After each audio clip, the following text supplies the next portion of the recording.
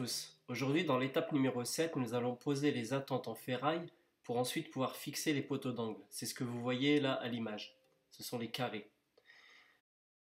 Et ceci à chaque angle de toute la maison, ainsi que à la moitié des pignons et des renforts sur les murs qui sont vraiment trop longs. Voici le parpaing d'angle, voici le carré d'angle que vous pourrez découper à l'aide de la pince coupe-boulon. Voici les attentes en ferraille que nous allons mettre aujourd'hui. Voici un exemple. Donc vous avez les chaînages de barres et vous avez les parpaings d'angle avec le rond au milieu. Voici l'exemple pour une porte d'entrée où il y a 4 angles. 2 ferrailles dans chaque angle vont sortir. Ils devront ensuite être raccrochés donc directement avec le ferraillage d'angle. Ici c'est un carré. Et les 2 attentes en ferraille qui ont été sorties et placées. Obligatoirement. Nous allons donc commencer par le premier poteau d'angle. Pour bien faire, donc il va être positionné à cet endroit-là, et pour bien faire, on a tiré des ficelles qui vont montrer en fait au maçon les coins vraiment des murs extérieurs. C'est-à-dire que les ficelles, c'est vraiment le mur extérieur. Et donc vous allez pouvoir vous aider de ça. Parce que au niveau on va dire du parpaing d'angle, le rond que vous allez vouloir placer, il faudra 10 cm donc de chaque côté, à la fois en pignon et à la fois en façade arrière, ou alors quand ce sera la façade avant, ce sera avec la façade avant, afin d'avoir nos 10 cm, afin que nos ferrailles puissent tomber correctement. Donc là, le maçon fait un petit test juste avant, il essaye de voir où sa ferraille va se placer. Donc il place sa règle qui fait bien heureusement 10 cm de largeur. Il attend d'être de niveau, puis il va se servir du mètre afin de régler la totalité. Donc là, il place un petit trait de repère sur le côté. Il va placer ensuite côté façade arrière et pignon afin d'avoir à la fois l'emplacement exact du ferraillage qui va être positionné, mais aussi pour vérifier la bulle au niveau du niveau qu'on a, pour pouvoir s'assurer que nous serons de niveau.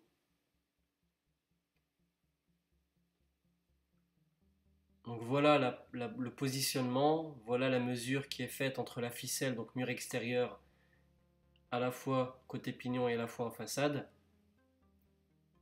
Maintenant, le maçon va mesurer la longueur utile, plus il va rajouter 50 cm en hauteur pour que ça sorte au niveau de la dalle, c'est-à-dire que vous allez devoir couper votre ferraillage à une certaine hauteur, et bien entendu, il faudra que ça sorte de la dalle. Et donc, systématiquement, vous allez devoir mesurer donc entre la fondation et la fin de votre, par exemple si vous faites un vide sanitaire, ou alors si vous avez simplement sur terre-plein, vous allez rajouter donc entre la ficelle et au-dessus 50 cm.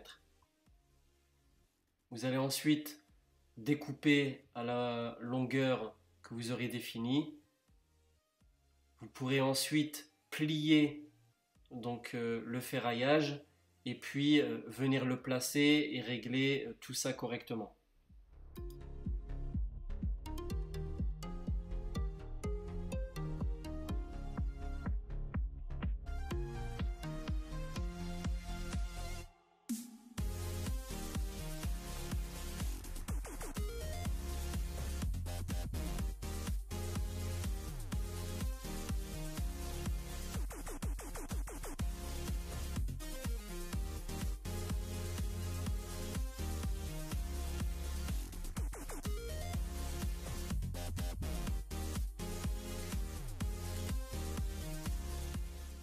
Voilà, la ferraille a été pliée, il faut maintenant la placer.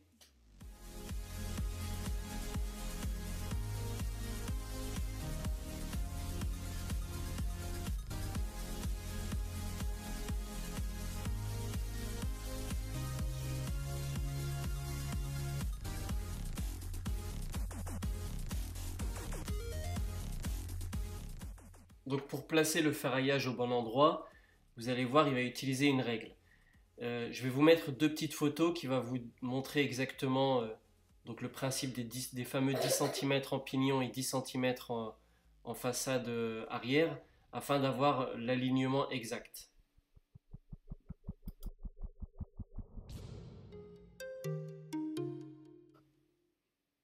Bien entendu, il faudra obligatoirement être de niveau, de sorte à ce que lorsque vous allez monter votre mur, les deux ferrailles qui vont dépasser soient au bon endroit, ne soient pas de travers.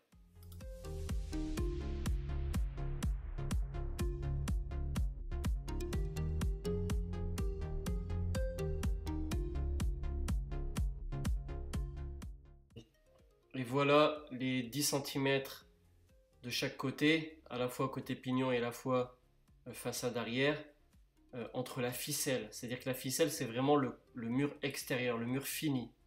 Voilà, nous sommes de niveau. Le maçon a pris ses repères. Maintenant, il va déplacer la ferraille. Et il ne lui restera plus qu'à revérifier et à fixer l'ensemble. Voici trois photos qui vous montrent comment positionner votre mètre et également votre ferraillage. Donc n'oubliez pas les fameux 10 cm de chaque côté et avoir le niveau qui soit correct. Maintenant, il faudra de toute manière être deux afin de s'assurer du bon positionnement, puis venir ligaturer l'ensemble.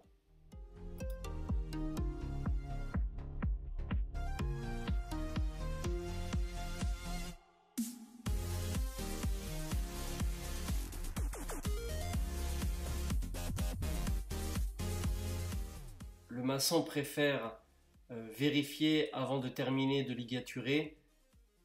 Une vérification multiple est nécessaire parce que dès lors que vous aurez coulé votre béton et dès lors que vous aurez monté votre soubassement, systématiquement, si jamais vous avez un problème, vous ne pourrez plus revenir en arrière. Beaucoup de sociétés se trompent et au final finissent par percer la fondation et parfois ils mettent un peu de chimique et parfois ils ne mettent rien. Ils enfoncent au marteau donc une barre de 10 ou de 8 et elle n'est pas fixée avec vos fondations.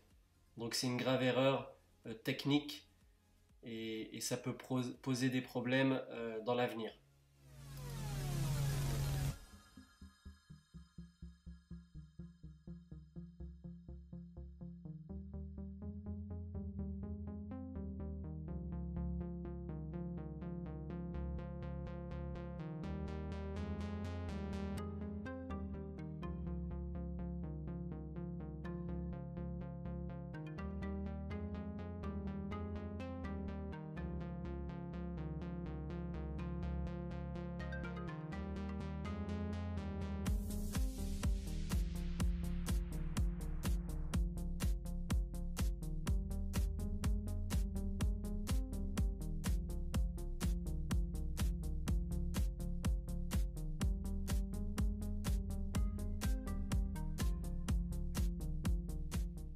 Alors pour le croisement, si vous avez visionné la vidéo précédente, ferraillage des fondations, au niveau du croisement, je vous avais parlé qu'il faut mettre des barres de renfort à ce croisement-là. Donc on a mis des barres d'environ 1,30 m à trois reprises. Et puis nous avons placé nos deux équerres de liaison pour se servir pour faire ce qui va accrocher au niveau des poteaux d'angle.